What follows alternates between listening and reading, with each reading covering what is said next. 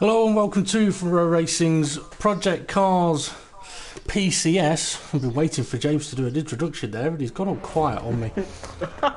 You gone all shy, James? No, I was wondering what was going on with microphone. I was just thinking you were maybe having technical issues. No, I don't know. I sit there and say, right, I'm going to go live in a second. I'll flip my mic when it's on, and you can do your introduction. So I'm sat there flicking my mic, and he's like, yeah. Oh, I've annoyed my co-commentator. I've annoyed the drivers. Who next can I annoy? Don't annoy Vicky. That's the worst thing you could do. Okay, folks, it's Sunday. It's late in the evening. I'm exhausted. James is worn out. The drivers have got a 26-lap race around time. And I know frustratingly for you, James, there was a number of new drivers expected this evening. But unfortunately, after showing interest, they've not come to the track, have they? It's been a bit of a shocker. I've had 4 people saying, yeah, don't you worry, I'll be there. And yeah, it's been a bit of a poor turnout, but we've managed to get, I think it's about 7 drivers. And Hesselden's a funny fella. I mean, we did a little video a week or so ago, and he was like, oh, so we'll go over, I've only just woke up, and we're like, it's 6:30 in the evening. And he messaged you a little while ago saying, when's the race start? So Hesselden will hopefully be recovering from whatever hangover he's got now, and try and get onto the track. But we are here at the Hockenheim Grand Prix circuit. It's a great little track, but it's nothing like the old original high speed monster of a circuit. The guys are in the LMP1s, and they've got a 5-minute qualifying session, which is a short session as a qualifying sessions go, but it applies pressure to the drivers, doesn't it? It means that they've got to get out there, they've got to get a lap in, otherwise obviously it'll affect their starting position. But with a limited number of drivers on the grid, it wouldn't matter too much if they do end up at the back of the grid. As for tyre wear, that is in effect, so is fuel usage. But the championship, I believe, has been all wrapped up, has it not, James? It's been signed, sealed and delivered, and Casely snatched it with 2 races to go. Yep, I believe he's 52 points ahead with 50 points available this race and 1 more to go. So yeah, Casely, the new Project Cars PCS champion, but also, actually no, I was going to say something, but we'll mention it during the warm-up session. Yeah, I mean, Casely, he's had one hell of a season. Some people may say it's not been very challenged, but annoyingly, there's been drivers that have appeared this season that could have potentially challenged him for race victories. Then, for whatever reason, whether it's they don't like the cars, or they've gone on to iRacing, or they've got F1. I do know there's a few people that when F1 came out, they were like, oh, I only really get to race at the weekends and I want to race on F1. So, yeah, some may say that Casely's had it easy, but at the end of the day, if you win the most races, you're going to win the championship regardless of who you're racing against. As GBM Oldman puts in the first lap time, a 1:24.980. Killer Corkin. He's just been beaten by David Harp, who just pipped him by 2/10. Interesting. Got over Dyking out there, just coming around the final corner. Johnny James going P5, and over Dyking's in P3. Half a second behind David Harp. Oh, and he's just nearly lost it on turn 1 there. A little too much apex curb, caught the sausage, and got a little bit of diarrhea on the exit of the corner from it. Interesting as well. Everybody up to over Dyking will probably get a second bite of the cherry here. There's just went over the line with 1 minute 27 seconds to go. So yeah, may get 1 more lap in. Yep, they've got a good chance of it. Now, interestingly, Casely, I had a look at a moment ago, sat in the pits. Obviously, I think he's giving everybody else a bit of a chance, isn't he? I think He's you know. toying with them. Yeah. I mean, I don't think I ever imposed the Champions Challenge on Project Cars. I can't remember. I'm too tired to remember. I can barely remember. It's a Sunday. I tell you what, though, for the first time in a long time, I've actually been able to watch Sky Sports Super Sunday.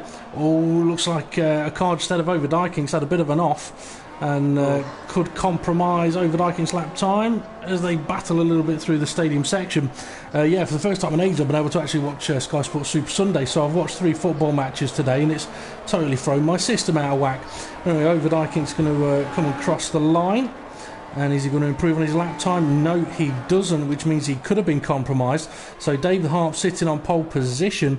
Killer Corkin is out there, hasn't said a lap time yet. K-Slate is sitting in the pits. Oh, as Killer Corkin's had a big spin down at the hairpin. Well, that's qualifying over then. And then 5 minutes does go quickly. So David Harp will start first. And there is a bit of time now for Hesselden to still rejoin or join the session. It's always interesting to watch that guy race. He's got some talents and abilities, that's for certain. So 15-minute... And what are the drivers going to use this for, James? Probably just making sure that the setup's as perfect as possible, making sure the fuel loads are up to snuff. You don't want to be getting round on lap 25 and running out of fuel. And sometimes it's very strange, even though the game does say that it'll do 26 laps worth of fuel. On some circuits, especially when you're applying the throttle a little bit more than others, you'll burn through that fuel a lot easier, and you might end up with running out of fuel with half a lap to go. So always best just putting a little bit extra in, but then again, if you're aggressive, you can try and underfuel it and just cope with it. Well, that's the thing. I mean, if you extend your gear changes and you abuse the rev limiter a little more, you're going to use a little more fuel. Whereas if you short shift, then obviously you're going to look after your fuel. So yeah, it's something for the drivers to keep an eye on. Now, I was going to mention in qualifying that some people, well, I did mention that some people might think that K-Slate's had it easy this season. However, plans are kind of being put in place to make the following season not so easy for him. I was wondering if you want to touch on what's been posted today on the Front Row Racing Facebook page. Yeah, I mean, we're still in the planning stages of next season, but we have deliberated over what we're planning for next season, and the first thing we need to get on the table is which car we're going to be using. So the current champions have all picked a car and put that forward to the majority of the people on Front Row Racing and anybody who wants to join who's not already part of Front Row Racing, in order to say these are the cars we're going to take going forwards. We will not be using custom setups, as we've found once somebody has a dynamite setup, the gap between the front and the back stretches to around about 5 seconds, so we need to try and tighten that up. So we're going to use default setups, 0 tyre wear, and what else have we got in store? I think now. Well, there was no. Oh, K-Slate, he's just had a bit of an off. Well, there'll be no fuel usage. Well, won't there? I mean, basically, the current champions, like I say, have all picked a car each. So there's 5 cars that have been put out there to be available to be voted on, all of which are interesting cars in their own rights, and each one of them could potentially bring very excited racing, either through loads of understeer and loads of oversteer, or through fairly damn quick, nice, fun cars to drive. I mean, one of the reasons as well for going sort of default setups, as you mentioned, I mean, that gulf between someone who practices a lot and has got a decent setup compared to someone that hasn't had the time to practice but loves racing the game, it's huge.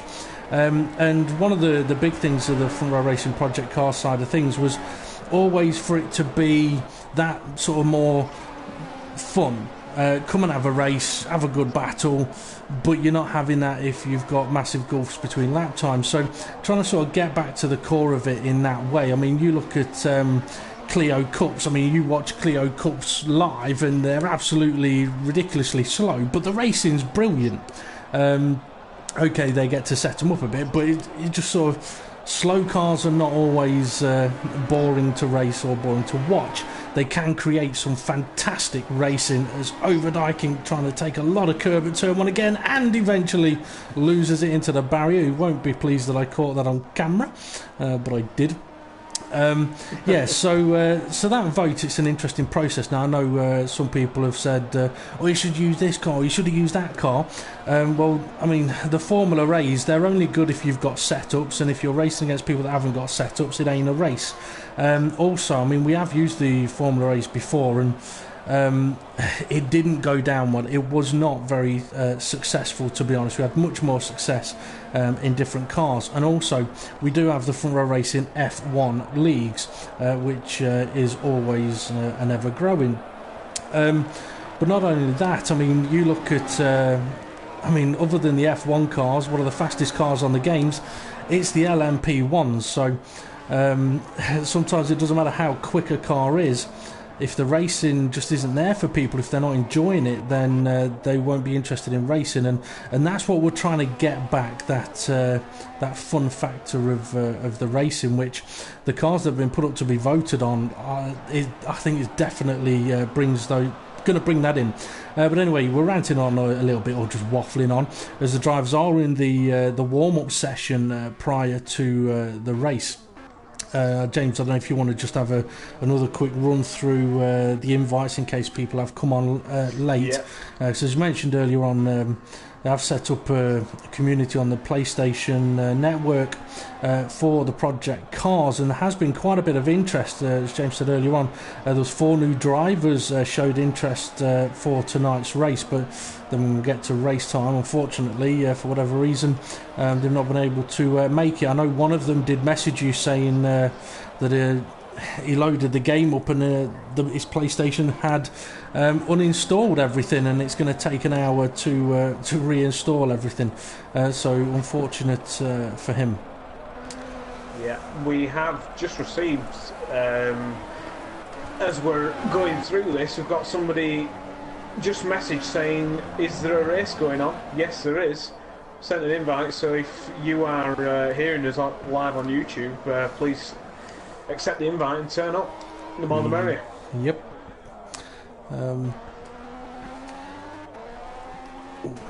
Now, one of the things as well I was going to quickly mention about the cars that have been selected. I mean, one of the things that I know we tried to do is avoid DLC cars. Now, the free DLC cars, that's one thing, but it's the paid DLC.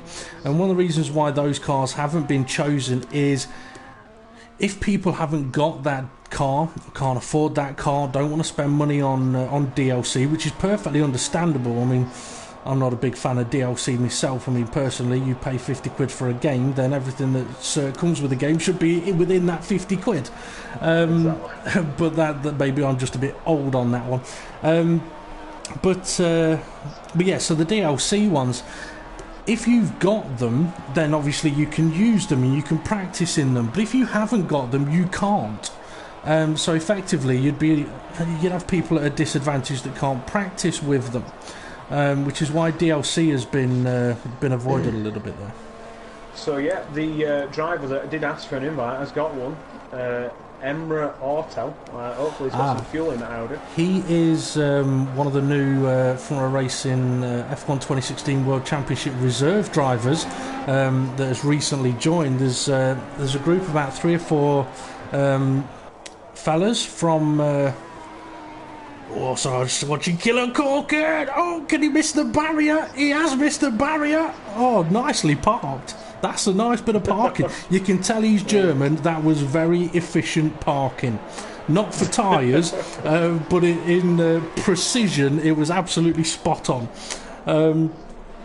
Yeah, Emra Auto, part of a group of 3 or 4 guys that have joined the F1 2016 side of things in the last week. So yeah, he's more than welcome, obviously, to get in. If anyone is watching this and thinking, hey, I want to get involved in Project Cars, come and find Front Row Racing on Facebook or the Front Row Racing community on PlayStation. So yeah, currently we were scratching his heads. We had only 6 cars at the start of this live stream. We've now got 9, so it is picking up a bit. And hopefully by the start of next season we will have a completely full grid. We can hope. Don't need to hope. It will be a full grid. I mean, like I say, I mean, when it comes to racing, I mean, a lot of racing comes down to the enjoyment factor of it. I mean, I remember, you can tell I'm tired, I'm going to talk about the olden days. I remember the olden days of racing on Gran Turismo, right? I used to race a lot on Gran Turismo. I mean, on, I think it was GT5, where you could create tracks. I had about 350 tracks. It might have even been more than that. I had a lot of tracks. I made loads. I loved making tracks and racing on that. But one thing that we always used to do on Project Cars was we always had boost on, which meant that if something happened and you ended up way off the grid, even if it was only a 5-lap race, you could catch up because you'd get super speed. And what that meant was that if you ever got out in front, your car was the slowest. The car behind you was a little quicker, car behind you a little quicker than both of you. And what it created was really fun racing. Now, it's totally against sort of racing economics and rules and all that kind of stuff, but it created very enjoyable, very fun racing, because even if you did end up punted off and upside down for a lap, you know you'd got a good chance of posting the fastest lap by a ridiculous amount, but also, as I said, you'd have that opportunity to catch up. So sometimes going away from the norm can be a good thing. I must admit, I'm looking forward to seeing how the next season goes on. I mean, there's obviously still a few things to get finalised on that, but that's why the car selection is being sorted out now, isn't it, James? You get the cars sorted out nice and early, and it gives plenty of time for sorting everything else. Well, that's the first thing, and we did a video last week. So I'll run through the options we've got available. So the first option is the Mitsubishi Lancia Evolution XFQ400. Now that is it's a road car. It's quite grippy for a normal road car. Majority of road cars, when you turn in, there tends to be a lot of understeer. This is quite well balanced and quite nice to drive. Not half as fast as these current LMP1s, but we probably want to slow the field down a bit just so that we can give a better, closer racing even for newcomers coming along. Option 2, we've got the BMW 320 Turbo Group 5. That is, if you have a look at this thing, it's got a huge front spoiler and a rear spoiler that is like beyond belief. That is definitely generating a fair bit of grip for a BMW anyway. Option 3 is an old DTM car. People, I did hear a comment from one of the drivers that was saying, "Oh, I'm not happy because I wanted a DTM car." This is a DTM car. It's just about 20 years old, and it is still very, very nice to drive. It's a proper lovely car, isn't it? That car. Yeah, it is. And I think a lot of people look at the bodywork and go, "Oh, I don't like that because of the way it looks." Until you get inside the car, you won't know what it feels like. And option 3, the BMW Mercedes-Benz Evolution DTM, is a very, very nice car. Mercedes-Benz, I think you got that one a little bit wrong. I'm meant to be the tired one, James, that's having hallucinations. I've been up since I was 16. I'm 5 hours ahead of you, so come on, get on the game. Yeah.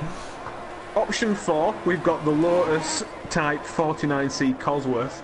Now that is my little baby. That is a very, very nice car. An old 1970 Formula 1 car. I think Graham Hill used to drive that before he ended up piling his plane into a load of trees. But that was definitely one hell of a car. Option 5 is, I believe, your pick, the Radical SR8 RX, and that is also very, very fast and light and very nimble. To be fair, I did drive that and I did like that almost as much as I liked Option 4. Yeah, I mean, that is... It's a really nice, fun little car. I mean, that was, as I said, my option. I mean, I was going to pick the Radical Road car because I do like that car. But I decided, no, you know what? It needs something with a little more grip and a little more power and a little less weight, because it is a proper nice, fun little car to drive. I think as well that one of the things that may be focused on for next season, given the types of cars that are available, is that the shorter circuits are probably going to be more in use, or a bit of a mixture. But I don't think we'll be looking at things like the Nordschleifer or Le Mans, given those types of cars. But anyway, we're down to 10 seconds left of the warm-up session now.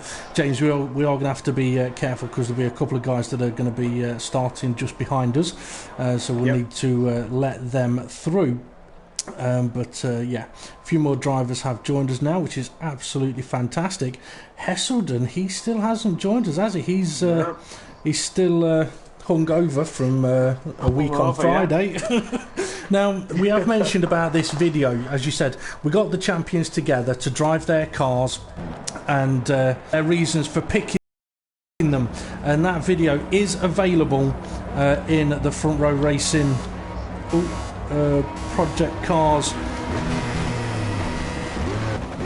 playlist as the drivers get away. Apologies for that. I struggled to pull away at the start there because my buttons were all wrong, so apologies for that. But I tell you what, Dave the Arp spun it. He spun it.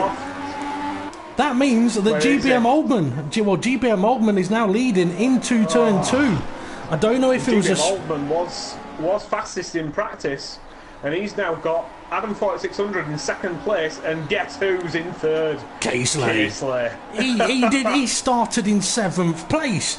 He's going to be overtaken though. He's going to be overtaken though. Overdijking's coming for him. Yeah, definitely. Oh, Adam 4600 has gone for the move. It's not worked. Takes himself and GBM Oldman off, and that's put Overdiking into pole position. He'll be laughing his head off in there, thinking, "Oh, we're going for a nice little move for third, and I got first." Oh, two people are going to have to get past him, otherwise we'll never hear the end of it in the podium interviews at the end of this race. I am joking. Killer Corkin's trying it around the outside of Oldman, but I think Oldman's going to be getting the elbows out as somebody's off in the background. Jammy James, he's off. Oh no. Jammy James, Neil Tiggs up into 6th, Dave Hart's up into 7th, and Emra Ortel, is that how I pronounce his name? He's just coming into the stadium section. He's looking a little bit steady, but if he can just keep the car in the right direction on the black stuff, he'll be coming away with points as Casely. He's really hunting down Overdiking now into turn 1. Well, you're not wrong, he is, but also in 3rd place, Killer Corkin is coming under a lot of pressure. I am keeping the camera on Casely at the moment into turn 2. Oh, I can hear the sound of car. It's Killer Corkin. He's in the barrier. Oh no. I don't know if there was a bit of a coming together. in the pits. Oh, as Casely is now lining up a move on Overdiking. I'm wondering if Dave Harp had damage. Oh, Casely perhaps a little deep on the brakes there. Just trying to get the car pivoted as quick as possible to try and get a better exit, but Overdiking's wise to it. Casely's looking good. I mean, as the champion from this season, he's looked untouchable, completely untouchable. I mean, he's got a good run here. He's got a good run up the inside. What an exit! Overdiking's going to fight it. He's in there saying you're not having Oh no, he's lost it on the exit. He's taken out the brake marker board as well. He'll be kicking himself after that. He tried to be super brave around the outside, turned in as if to say, well, we're going to have a crash if you have a look up the inside, and ended up running wide onto the curb, and the curb says, no thank you, I'm going to spit you off. We're in Germany, James. The curb says, Nein! Nicht so gut! Schlichtenfinster. I don't even want to know what that was. Okay, Overdyke now needs to catch Casely because we can't have Casely bragging. He's won almost pretty much every race. I mean, he is what is, well. Yeah, you kind of have to just appreciate talent when it's on display, and he's displayed it a lot this season. I think if we're going to watch anything now, it's going to be Dave the Hart trying to hunt his way back through. He's in last place, he's in 9th, and he's had to do a pit stop for damage, and he's going to have to try and mince his way through the field, and he's looking quick at the moment. It's just whether he can keep that pressure up without spinning again. Well, let's see what his lap time is. That's a 1:58.051, but I think that's after coming out of the pits. Okay, there was a bit of a battle. Neotig, Killer Corkin, after his spin into the barrier. Neotig is coming under a little pressure from him. Neotig's doing quite well to say that he raced in the opening few rounds of the season and for some reason decided not to, but he's under pressure now. Killer Corkin's having a little look up at the inside. Can he hold on to this up the inside into the stadium? Side by side, thank you very much, I'll have a bit of that. Oh, Neotig's fighting back though. Apologies for a bit of dodgy camera work there. It's not giving me the greatest of view into the right-hander, so I tried flicking to a different car and got the wrong one, so apologies for that. Neotig, I do know that, I mean, he was never really big into the F1 games, but he got F1 2016, and he's really sort of working on that and been playing that a lot, and he has been getting involved in the Formula Racing World Series reserves. Go on. Neotig just clobbered the first chunky corner and almost lost it through turn 1 there, but he just managed to hold on to it. So as I was saying, he has been on F1 a lot and been spending quite a bit of time on that. And it can be quite tricky for drivers that go from like focusing a lot on one game to suddenly trying to focus on project cars instead, because when you've been racing on F1 on the wheel or even on a pad, I mean, the cars do handle very differently. Dave Harp is now up to 8th place as Emra Ortel is now down into 9th, unfortunately. But I think Neotig was fighting back a little bit towards Killer Corkin, is he? No, he's dropped back a bit now. I think Oldman's just had a little bit of a power boost penalty because Adam 4600's just managed to snap about 3 seconds off him. So I think Adam 4600, he has shown a lot of talent. I think in the I think it was the second season of Project Cars. Adam's just clobbering that curve again. I think it was the first or second season when it was the Ginetta Juniors. Adam 4600 had some blistering pace. Yeah. He's a driver that, as faster cars were chosen... Killer Corkin's cracked out in turn 1. Sorry.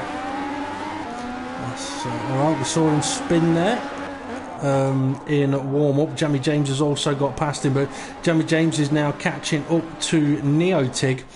So Neotig's now got 2 cars behind him that are going to want to begin ahead of him as soon as they can.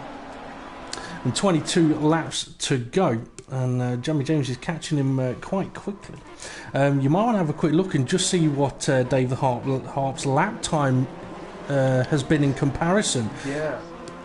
Well, he's blistering towards the pack in front of him. His current lap time's a 1:24.9, which is only a second off Casely's, and that's the second quickest lap time of everybody else. The people in front of him, Killer Corkin, Jamie James and Neotig, are running in the Jamie James having a look for the move, and Neotig defends it. Jamie James may try around the outside. He's now going to be on the outside, or is he going to go for the inside? No, he's possibly looking for a bit of a switchback. Neotig covering him off quite nicely. He's got a good exit. Stadium section, not an easy place to overtake. It can be done as long as you set the guy up right. He's potentially got him set up for... just ran a bit wide there. Sorry, Jamie James is going for it. He got a fantastic run through the final two corners. Manages to get ahead into turn one. Nicely done. And this is where Neo Tig will be hitting a button and going, no, I haven't got DRS. This isn't an F1 car. I think Killer Corkin's now in the pits because I think he had damage from that little bit of a spin, and Dave the Heart screw at 7th place, and he's blistering towards the pack in front of him. He's going about 5 seconds a lap quicker than them. So Dave the Heart flying. Do you reckon he could get his tyres to the end though? Depends if he's put the mediums on. He could probably do it. I think it'd be a bit of a tall ask though. But if he can do one stop less than them, technically he'll do exactly the amount of stops as everybody else, but if he could just do one more stop, and everybody else might have to do two. Ooh, Casely lapping Killer Corkin. I think Killer Corkin thought it might be for position. Thankfully it ghosted him because they got more than side by side into turn two. Overdyking's just had a power boost penalty out of turn one, and that's put Oldman not too far behind him now. No, you're right there. And also looking at Dave the Harp's pace, I mean, Overdyking's best laps are 25.7. Dave the Harp's was a 24.9, so a good sort of 8/10 quicker. So Dave could bring himself into the fight a little later on. I'm just wondering whether Overdyking's tyres may be going or something. I mean, using the softest compounded tyre obviously gives the opportunity for going really, really fast, but obviously comes with additional tyre wear. But unfortunately, one of the things that always bugged me on project cars was while spectating, you got absolutely no idea what tyres people are on. And I even remember the race at Donington where it was absolutely hammering it down I think it was in the Lotus the season that you won.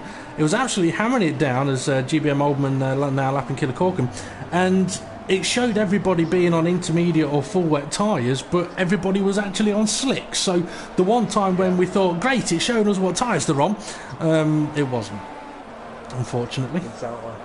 There are slight little glitches with this game, but the overall driving experience,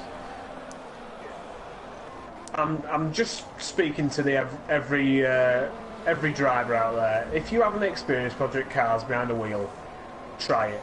Just try it, and you'll be able to. Just from my experience alone, compared to Formula 1, Formula 1 is a very, very nice game, especially compared to last year's game. Very, very nice game indeed. But the project cars just gives you a little bit extra. You can sort of sense what the car's doing a little bit more, and you can manipulate the car a little bit more. I think one of the... sorry, Dave the Art. Big curb moment. And I think he might have a little luck here, because I think Neotig looks to be really struggling at this point. I tell you what, I think Dave the Art took such a deep breath then he nearly swallowed his TV, but he is now past Neotig. Neotig just clobbered the curb on the exit and it upset the traction.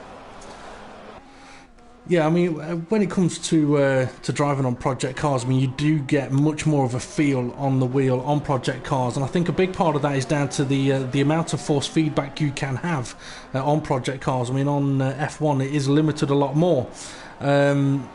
And I know people have complained about that at times. I mean, the last couple of games, the force feedback was really, really light on F1. Nowhere near as heavy as I would have liked. But one of the things I always said was, okay, I've never driven a real F1 car, and if this is how real F1 cars' steering wheels are, then okay, fair enough. And obviously they do have power steering and all those kind of things, so they have those assistances. I mean, I am old enough to remember having driven a car without power steering. However, you, James, you only passed your licence recently. I bet you've never driven a car with no power steering. Oh, I did when the engine turned off and the power steering went. Oh, it's horrible, isn't it? Almost went through a wall. Yeah. It's like, well, I mean, for young people, trust if you've only ever driven a car with power steering, yeah, ask your mum or dad what it was like when there was no power steering. Then you'll know why it was always your dad that could open the really tightly closed jars. It's because he's got arms made like Popeye. Yeah. Back in my day, we had to all steer like Nigel Mansell. We used to turn the wheel with his teeth. Oh dear. We've got Neotig. Sorry, Casely is in the pits. So is Neotig's also in the pits, and he's just exiting in P8 is Neotig. So yeah, Overdyking in the pit. Oldman's through into P1 at the moment, so could he possibly go one stop? Adam 4600 now into P2. Well, what I'm interested about at the moment is where this is going to put Dave the Harp. I mean, I don't think he's going to be close to Casely or Overdyking, but he may sort of come into range of GBM Oldman when he makes a pit stop. But I tell you, if they're pitting now, I'd say you're probably looking at a two-stop race for them. So Dave's crossing the line in 6th place at the moment. I've got a feeling he may actually stay in 6th place. It sounds like there's cars not long come out of the pits, and hopefully we'll see them now. Yes, we can, just ahead, and that is it's Jamie James ahead of him. He may have pitted. I think he has. Yes, he has. So Jamie James just currently pitted. Dave the Hart last pitted on the end of lap 1. So if he can keep pace though with Jamie James and try and do a one stop and pit in another 4 laps, I think Dave the Hart will be quite happy with that. He could well be. I mean, he's definitely staying with him at the moment. Obviously, Jamie James is going to have to get his tyres up to temperature. And Dave's got a good run on him, carrying a lot more speed. Best lap times, Dave appears to have the advantage. He's having a look already. Oh, he's out wide on the curb, though. I don't think Jamie James even realised he was there. I think there is a bit of bad blood between these two. The Spa circuit, Jamie James was in blue flag situation, and Dave Hart almost turned into Sebastian Vettel. And was absolutely foaming with him as he was not getting out of the way at all. It was like as if he didn't know where he was. Jamie James just had a moment off track, and I think he's got a power boost penalty as well that allows Dave the Harp through. Overdyking's back in the pit. Overdyking's back in the pit, so that's completely scuppered whatever's happened there. I wonder if it didn't change his tyres. Possibly, and Jamie James is now in. And he'll be rolling up just in front of him. Yeah, Dave the Harp will be smiling at that one. Well, let's see, 26 lap race, we're now, 10 laps into it. I'm just looking at GBM Oldman. If he can go, another 3 laps, he's one stop in this race. Yeah, definitely. Casely is now on the sniff of Adam 4600. I would definitely, if I was Oldman, I'd be doing a one stop. It's the one chance of possibly taking victory. Well, Adam 4600 is on the similar strategy at the moment as GBM Oldman, and I only say that because neither of them have pitted yet. And Adam 4600 has been one that I've always known him to try and take tyres longer than you might think they're capable of doing. So yeah, I think definitely looking at the one stop, but we can see how quick Casely is here on fresher tyres, and just very, very at home in this car. Oh, bit of traffic! Jamie James got right in the way there, and once again has scuppered somebody else's race and put himself into the wall. I think he may have damage as well with the way that car sort of looked like it turned off. Casely going for the move. That was aggressive. That was as aggressive as you want to be on the brakes. How he kept control of it. That must have just been a superior grip, because it came from not too far back, but the amount of speed he was taking into the braking zone, you could see the front end of the car just dropping. Now, GBM Oldman is not that far up the road. Now, I do know that with Casely, I mean, I jumped in the GT3s a few weeks ago. I figured I'd just come and have a race because I had a Sunday night off. And I must admit, I struggled with my steering. I felt like something wasn't wrong, and I slated your setup you gave me, James, somewhat awful. And I mentioned to yourself and Caseley that when I watched Caseley's a bit of Caseley's footage, his car handled absolutely nothing like mine. I mean, he was hard on the brakes, he was late on the brakes, his car wasn't twitching anywhere, his steering was absolutely spot on. Mine, as soon as I touched the brakes, it was like I was on a carousel. Now, I have since remembered, as Caseley's getting all over the back of Neotig now, as there's a blue flag situation, by watching Caseley, because he's catching GBM Oldman. Yeah, I also remembered a few days ago, because I had a bit of a run on F1 at Monaco, and I'll be honest, it felt awful. I was sat there going, this is the worst driving game I've ever played on. That was honestly how it felt to me. And after about 40 minutes, as Caseley's all over the back of GBM Oldman now, yeah. I'll finish my story off in a moment, because Caseley's going for the move. Yeah. Oh, it's easy. Well, that's GBM Oldman's old tyres. Now, I'm wondering if Adam 4600's going to be able to capitalise. No, he's not. He's a little too far back. GBM Oldman may pit this lap. Yeah, so I was having to go on F1 at Monaco, and the car felt awful. I mean, I was having understeer, getting no sense of feel of it through the wheel, oversteer with no sense of feel on the wheel, and I must have been going at it for about an hour as Oldman does pit. Is Adam 4600 going to follow him? Yes, he does. So where's Overdijking? He's in fourth up at the hairpin. It could be close between those guys. Overdijking's done 2 pit stops as well, by the way. Dave the Harp, he's made a pit stop because he's back down in 6th place now. Adam 4600 has had a nightmare. He's just come into the pit lane and banked it in the gravel. Oh dear, disaster for Adam 4600. Yeah, so my wheel on F1, I mean, I was honestly sat there saying, this is the worst driving game I've ever played, it feels awful. And then after about an hour, I remembered my wheel is calibrated for R Factor 2. And it doesn't work properly on console. So I'd been sat there for an hour going absolutely mental, slating the game, and then realising that my wheel was set up for PC sim racing, and I couldn't believe how much of a difference it made. Once I'd remembered that, I was like, right, okay, I'll try and drive around this now. It didn't feel too bad, but I was missing those little bits of information that you need as a driver to be able to react to certain situations. And the situation we've got now is Overdijking in 3rd place, a little way behind GBM Oldman, with Adam 4600 not too far behind him. Yeah, I remember as well, I think I changed from the account James Hulkenberg to the Front Row Racing JS account. And once I set that up, the car, like I said, completely felt different, and it was just the force feedback settings. I had to go through them settings for about an hour to get it the way I liked it. And once you hit that sweet spot of the way you like to drive, the dead zone's perfect, and the braking and all that jazz. Once you get that sorted, go on. I've just seen Jammy James do an unbelievable dive bomb there. Either that or his brakes failed, but he almost absolutely wiped out Killer Corkin. There was definitely a bit of contact there, but not good. I'll be honest on that one. But just as you were talking about making sure that brakes are calibrated. Well, we don't have the harsh rules in Project Cars, but if you thought that was a bit out of order, we would maybe having words.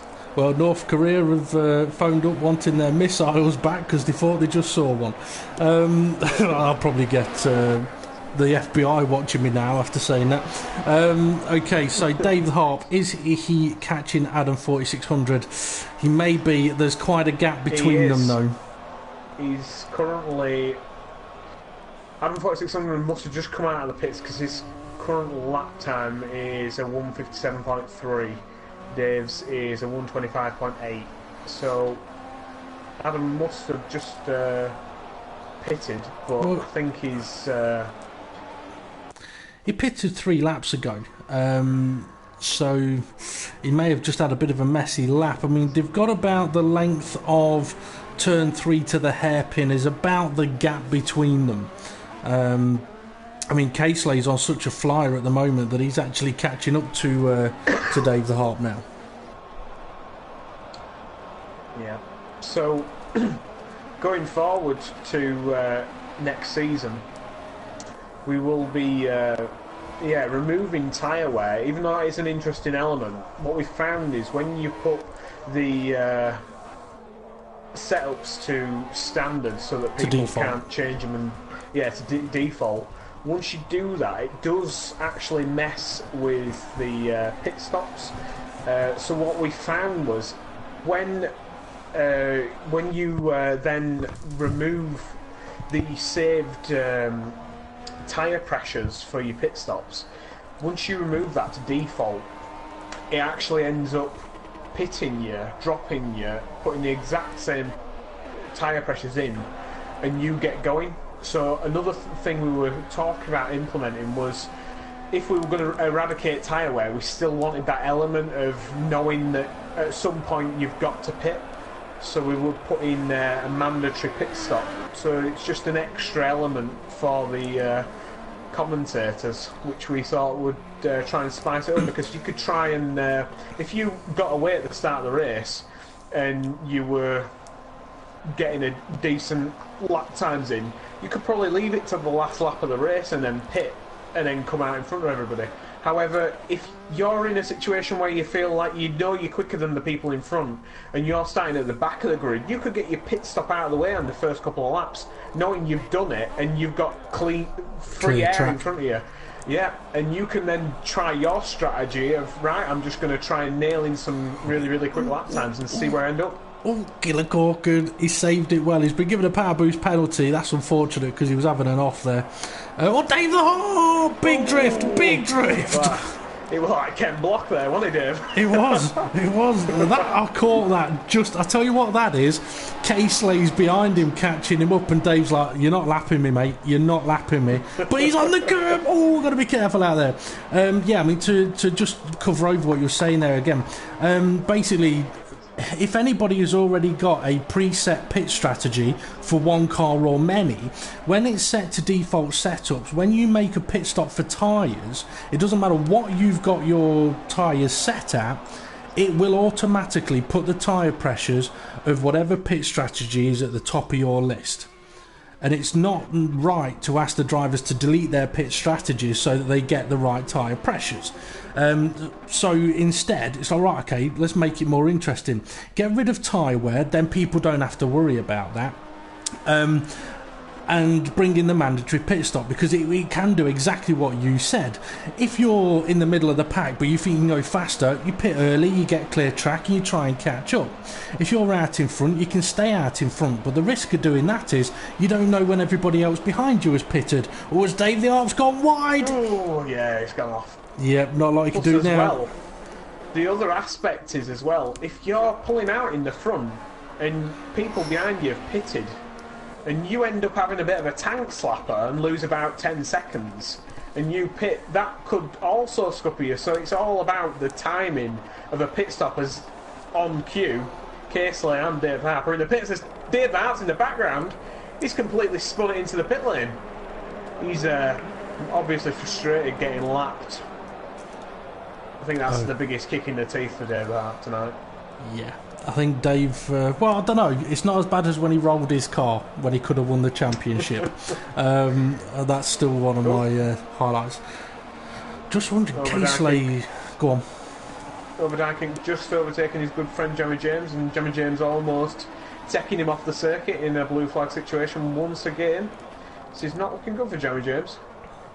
Well, Liverpool didn't have the best of games today, so he may have had a few brewskis. It's not wise to drink and drive, but if you are going to do it, do it on a computer game. Oh, there was something else I was going to mention then as well. Anyway, we've had a message on YouTube saying, so we know F1 has a huge performance difference between cars. How much is the difference in these cars? Well, from what I'm aware of, on F1, when they're set to equal, there isn't really much of a difference there. On these, if they're all in the same car, they all perform the same. It's when people apply setups that it adjusts it absolutely massively. I mean, for example, I was talking to K-Slay a few weeks ago when it was actually after the GT3 race that I came in on.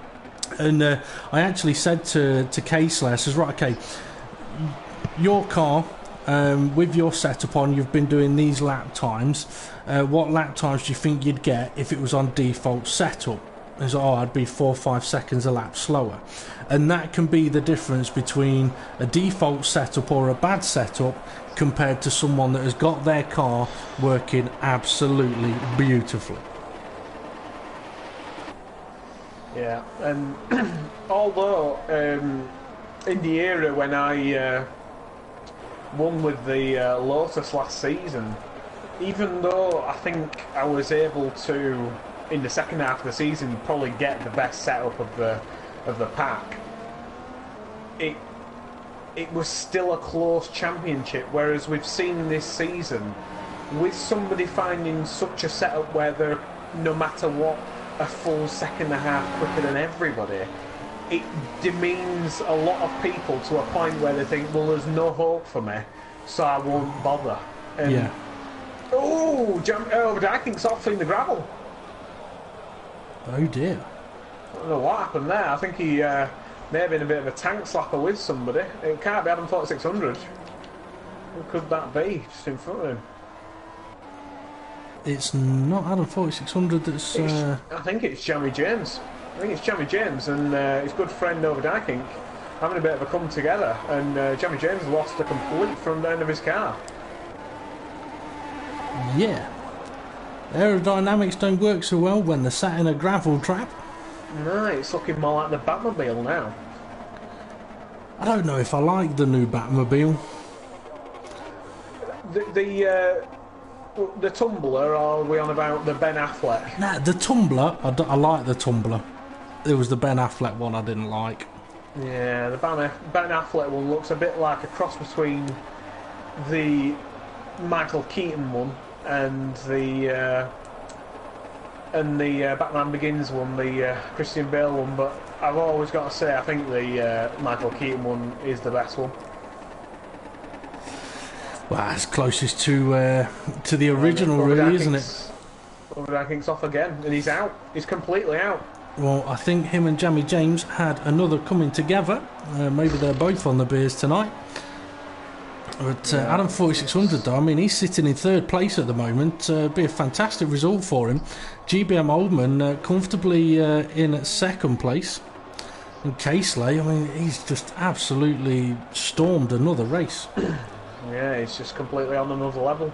I think that's a double lapping situation for Jamie James in the background of K-Slay. It's just completely showing him how it's done. And we've got Oldman. He's consistently, Oldman has got better and better and better throughout this season. We originally spotted him through GBM Vectra, I believe, and he said, I know a friend, he likes to race, and he's been a very, very good addition to the Project Cars League. Now, with him being called GBM Oldman, does that mean that Dave the Arp is not the oldest Project Cars driver? No, he was quite happy, was Dave. It made him feel 20 years younger. Yeah. I tell you what, when we worked out that Oldman was probably old enough to be my dad twice. Well, oh dear. Not my dad, but my granddad. Yeah. It made me feel like a spring chicken. Yeah, I tell you, there's a lot of things that can very quickly make you feel old. I mean, I was having the discussion the other day of how old is YouTube? So, if you don't know, James, have a guess when you think YouTube was created. Oh, I'd say 2001. 2007. Ah, I thought it were a lot earlier than that. I might be wrong. It Right. might be 2005. I'd have to check. I was talking to someone about it the other day. But yeah, I mean, I thought YouTube was perhaps a bit older than that, but no, it's not. It's really not. Yeah, it's very easy to feel old.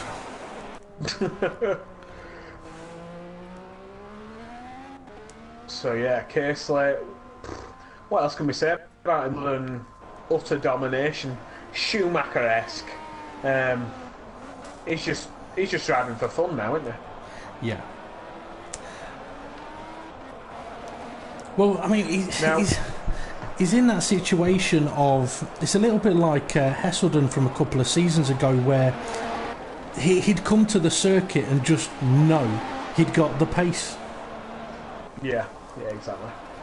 Where even when I was driving the Lotus and I was able to pop it on pole position, I still knew there were so many threats out there. If I did something slightly wrong, whereas I think Casely has got so much time in his pocket that even if he would probably binned it in the gravel and stayed there for 30 seconds, he'd probably still win. Yeah. The only time he can't is when he gets disconnected, which has happened to him. Oh, we got a battle! Killer Corkin! He's all over the back of Neotig, heading up towards the hairpin. Neotig has stolen Jason's car for this event. Killer Corkin going up the inside, but he's early on the brakes. Going deep. Yeah, Neotig's going deep. If I were Neotig, I'd have probably done the up and under. Get on the power earlier. He's just left the door wide open there for Killer Corkin, and Killer Corkin said, "Cheers." Dankeschön. Very happy with that one. So that's Killer Corkin up to 5th place now then. I think 4th place is a little too far ahead, but where is Dave the Harp? As Emra Ortel is now in 7th. Stadium section. Just coming around the final corner. Yeah, he is. The gap between himself and Adam 4600 it's too big to be recovered now, unless anything happens to Adam 4600, which I would hope that it doesn't.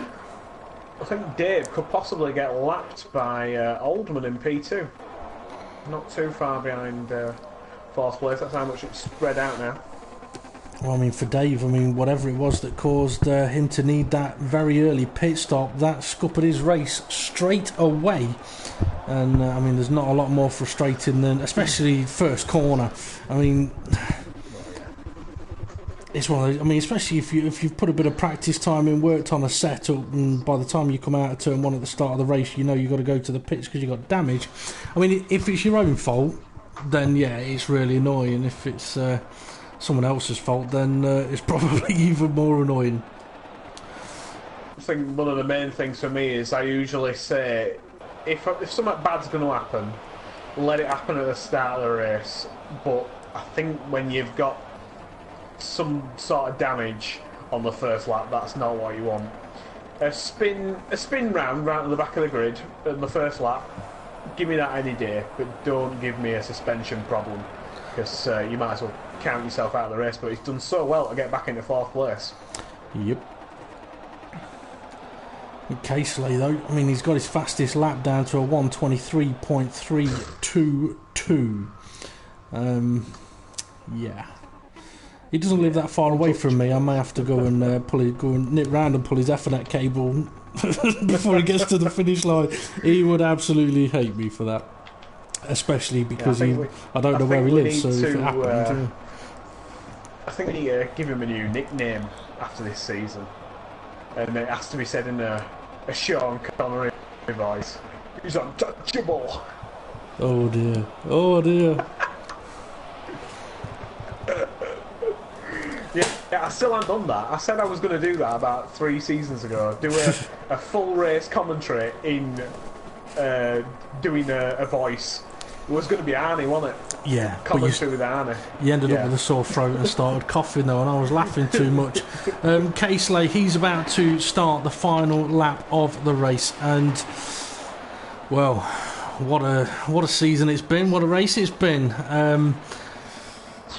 It would have been nice to have seen Hesselden battling him here, but not to be. I'll tell you what though, James. Neotic is getting close to Killer Corkin again. Caseley's going slow. Or he was going slow. He may have just had a power boost penalty. He was going too quick, so he's been slowed down. Either that or he's out of fuel. No, he can't be out of fuel, surely. He practices too much to be out of fuel. But yeah, definitely. Adam 4600 is just lapping... I think he's just lapping Killer Corkin, I think, in 5th place. But Neotig's wanting to get after Killer Corkin too. I think Neotig's a little too far behind now. There's quite a gap between Killer Corkin and Neotig from when Killer Corkin got past. So yeah, Casely is going remarkably slow and slightly glitching on my screen. I wonder if last thing he needs is somebody to be pulling on my Ethernet cable. It's Hasselden. Really. I think he's just cruising it. You know, he's enjoying this last lap here in Germany. Paying his respects, waving to the crowd, paying his respects to the Schumacher family, and coming around the final corner for the final time to take. Well, I wouldn't call it an easy win, but he could pretty much park it on the finish line for 20 seconds and still win it. And it sounds like he's listening to me. No, he's crossed the line, so it is first place for him. GBM Oldman, though, cracking race for him. I mean, qualified second, led the race for all of 3 corners. A little bit of an unfortunate coming together with Adam 4600, but still a fantastic result, second place. And in the podium interviews, I will tell him, James, that you said he made Dave the Heart feel young. In the third place is Adam 4600. And I've got to say, very well done to him on that one. Absolutely phenomenal result, doing the one-stop strategy, made it work for him. So it is third place for Adam 4600 when he crosses the line. Dave the Heart done well to recover and get back to 4th place, but I think we could all agree he wouldn't be overly happy with the 1.5 second time difference in fastest lap between himself and race winner Caseley. Yeah, definitely not. That will vex him a fair bit.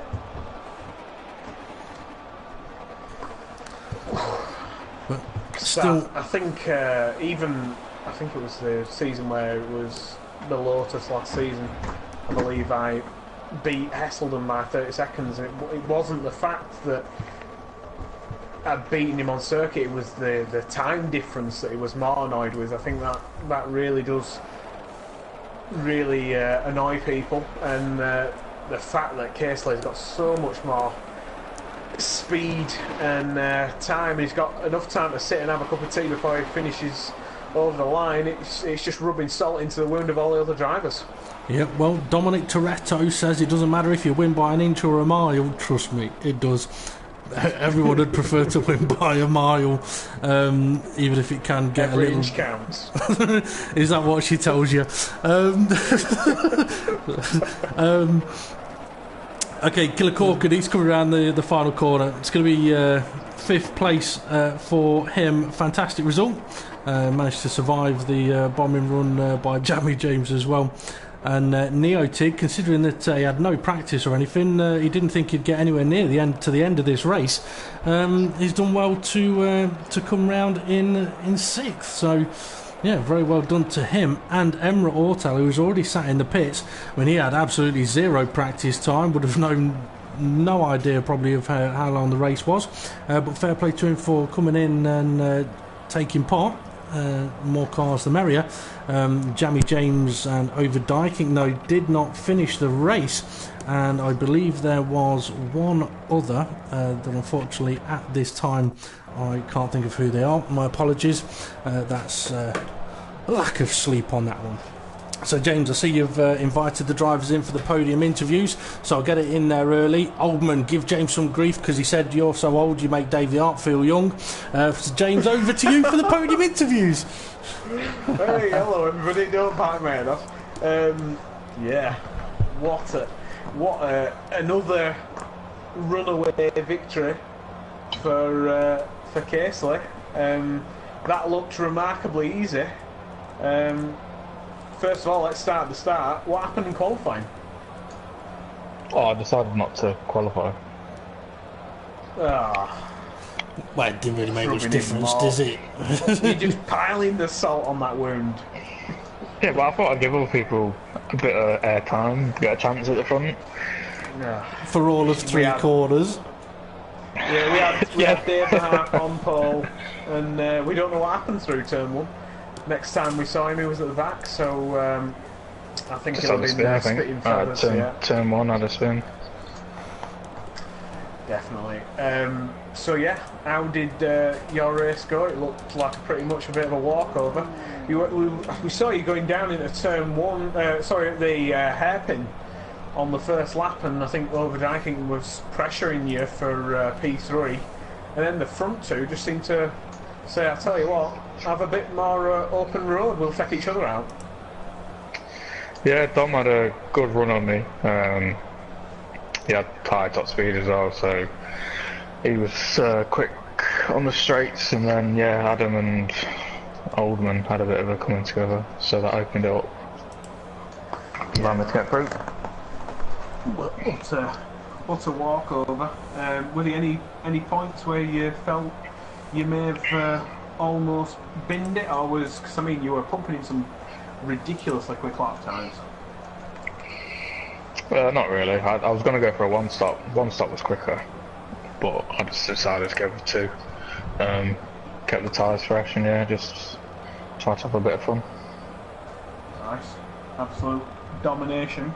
Once again, we'll come back to you, unless Dave's got anything else to say. I think he may have popped up for a nap.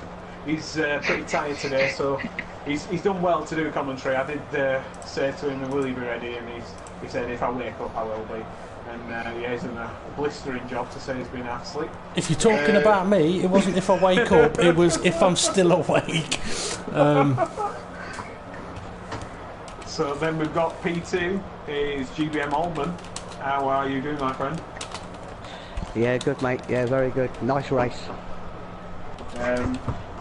What happened for you down at the start? What did you see with Dave Did you just clobber the curb? Well, I see Dave hit the curb and decide to go sideways. I thought, that's my turn now, let's get going. And then my nemesis Adam, normally who I have an argument with, decides to shoot up on the inside of me at the hairpin, and we collided. That slowed me right down. Even though you knew that Kay's got so much pace in the bag, did you feel that if you could have kept in front, you might have been able to keep him at bay? No, there's no way I'd have kept him at bay. The only way I'd have kept him at bay was to spin him off, but he was too quick. Either that or use a shotgun. Yeah, there is that. So yeah, you had the little collision with Adam. Were there anybody else out there that looked to be trying to scupper your day? The only thing, there was one of the back markers decided right at the last moment to go right, and as I was going right, to go round him, and I thought, oh dear, here comes the barrier, but I managed to get round him. I don't know which one it was. That was towards the end.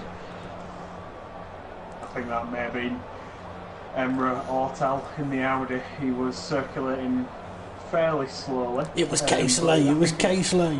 Were it Casely? No, it wasn't. Yeah, no. Yeah, Emre just joined us today, so he was a fair bit off the pace, but he did well, and he came away with some points, which is more than some other drivers that turned up. Then jumping to P3, Adam, how are you feeling, man? P3? Not bad. It's again a good result to me. Slightly gutted to lose to Oldman, but he was quicker today. So yeah, P3 is good. P3 is a good result.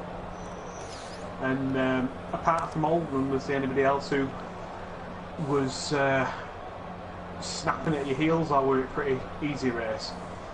The race with Dom looked interesting after my first stop, and then he had to make his second. I did think when he was coming out, it was that thing of judging the gap and how many laps left. Okay, how many seconds per lap does he need to catch me? But then he messed up a bit or discased or something. So after that, it was fairly straightforward.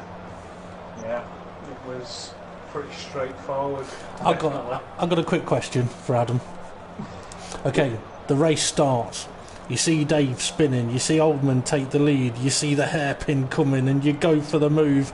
Was there visions of grandeur as you're headed into the hairpin? What was your thoughts as you're halfway round the corner?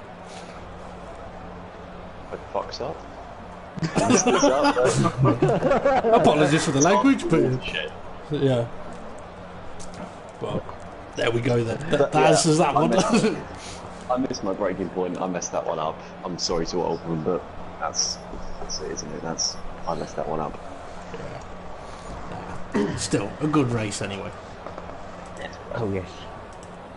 So jumping back to Casely, are there any remaining thoughts on this utter domination of a season? We've got one race left to go at the Le Mans circuit. How do you think you'll fare around there? We'll see, I suppose. Hopefully there'll be a full grid. I'll start at the back again, see what happens. I reckon you should do the one where it's got the full long straight, but Casely has to go round the chicanes. Hard tyres. Yeah. Put him on hard tyres. Or wets. Yeah. Yeah. Probably still be over there. So going towards the post that went out today, seems we've got all three of you here. Casely, we know which one you went for. I believe it was the Mercedes-Benz DTM from about 20-30 years ago. You've chosen that once again just so that the viewers can maybe you can persuade the viewers to vote for your car. What is it about that car that you think will be the best car for the next season going forward? Nicely balanced car. You can push it, have a bit of fun with it, and you can get up close with people and not have to worry about flipping over upside down and stuff. So it's a good car, and it will. I think it will close up the field, which will be good. My question for you would be, will you be voting for your own car? I don't know. So just as James bigs up his car, I'm sorry, I've just slammed it back down. But that's the thing, the guys that have selected the cars and put them forward to vote, they still get to vote on which car they want to choose. They want to race. So they may, they've picked their own car, but if they think, actually, you know what, I like that one, they can vote for that. That's fine. And also, just to let everybody know, and especially those viewers, it isn't just the drivers who can vote on which car you want to see. You may like and subscribe to Front Row Racing and not actually want to race, but you may want to see a particular car used in the next season. Everybody and anybody is free to vote, so please feel free. Don't feel like it's just the drivers that can vote. Yeah. We've also got Oldman and Adam. What are your feelings for these cars? Have you managed to see the post that's gone out? Yeah, I've seen the post that's gone out. I don't really know. I haven't driven any of the cars yet, so not a clue about them. So this next week I'm going to have a run in one or two of them. I do like the Radical by the looks of it, so we'll have a go round in that to start with, and we'll see what we can do with it. Yeah, and Adam, what about you? The BMW or the Radical for me. I'll drive them both this week and see which one. Nice one. Sounds just good. to let everybody know, the deadline for getting the votes in is next Sunday morning, which I believe will be the 18th, at 10 AM in the morning. That'll be the closing deadline. So next up, I believe, for Front Row Racing will be the F1 World Championship on Wednesday. It will. I'll give the info on that in a second. I just want to cover a couple of questions on the YouTube. Someone asking, is there an F1 stream on after this? No, there isn't. Not tonight. We'll get on to details about F1 in a second. Jadit Basani is asking, does the track get more grippy like F1 as the race progresses because more rubber gets put down? Drivers, you can answer that one. Who's going to answer it? No, it doesn't seem to get much more grippier. But as the fuel load goes down, of course the car gets quicker, but your tyres are wearing out, so it's a catch-22 situation. After about 3 or 4 laps of the second stint I did, I was putting in the fastest laps of the race, but yet again the fuel load was right down to next to nothing, but it doesn't seem to get any more grippy. Yeah, I mean, it is a bit of a shame that I know on F1 the track does get grippier, but that's a premeditated rate of road grip progression, and hopefully F1 in the future will bring in real road, which means if you drive on a certain part of the track, that part of the track will get rubber put down on it. So if everybody drives on the same line, loads of grip. If you're a guy that takes a corner different to everybody else, you won't have no grip. And the other question was, how many people raced? 5? No, it was 9. There was 4 new drivers from the PSN community that were due to race this evening. Unfortunately, didn't attend. One of them did have problems with PlayStation deleting his data, so had to reinstall everything. But there we go. Okay, next up on the YouTube channel is on Wednesday, 7:30 PM. We'll probably be live about 7:20, 7:25 for a little bit of a pre-show and information. That'll be for the Formula Racing World Championship on F1 2016 from Monaco, round 6. That's going to be one tricky race, and we'll see how Kendall gets on there. K-Slate will be racing at Monaco, so we'll see how he gets on against everybody else. And yeah, it's either going to be interesting or it's going to be a mess. It'll be one of the two. That's Monaco for you. And then on Thursday, 7:30 PM is the Formula Racing World Series. So yeah, like and subscribe. Come and join us for that. The next Project Cars event is next Sunday, I believe, James. Yes, it is. It'll be the GT3 class, and that'll be the final race of the GT3s. K-Slate once again has dominated that season. He's already tied that one up, and this will be a double points finish though for round 10 round the Le Mans circuit. So with a double points finish, if you finish in first place and K-Slate finishes last, you could haul in a fair few points, and if you're about 4th or 5th in the standings, you could probably bump yourself up to 2nd place. So also anybody who is not involved and wants to try their hand at this, please just get in touch, add Front Row Racing DP or Front Row Racing JS to your PSN, hit us up on Facebook and we'll get you in. But don't hit me too hard, I'm getting old. Also, just to let everybody know as well, the final LMP1 race won't be the following Sunday, because that'll be Christmas Day. Won't be the Sunday after that, because that's New Year's Day, and Hesselden will definitely be asleep on that one. So the final race of the LMP1 season will be the 8th of January. So a bit of a break from this race until then. But great race from the guys this evening, and hopefully the GT3s will be interesting next week. So James, time to sign off. Yeah, definitely, and yeah, just thank you very much for the people who have attended, and hope to see you all soon, and thanks for viewing, everybody. Have a good one, folks. It's been from our Racing Project Cars, and we'll see you all again soon.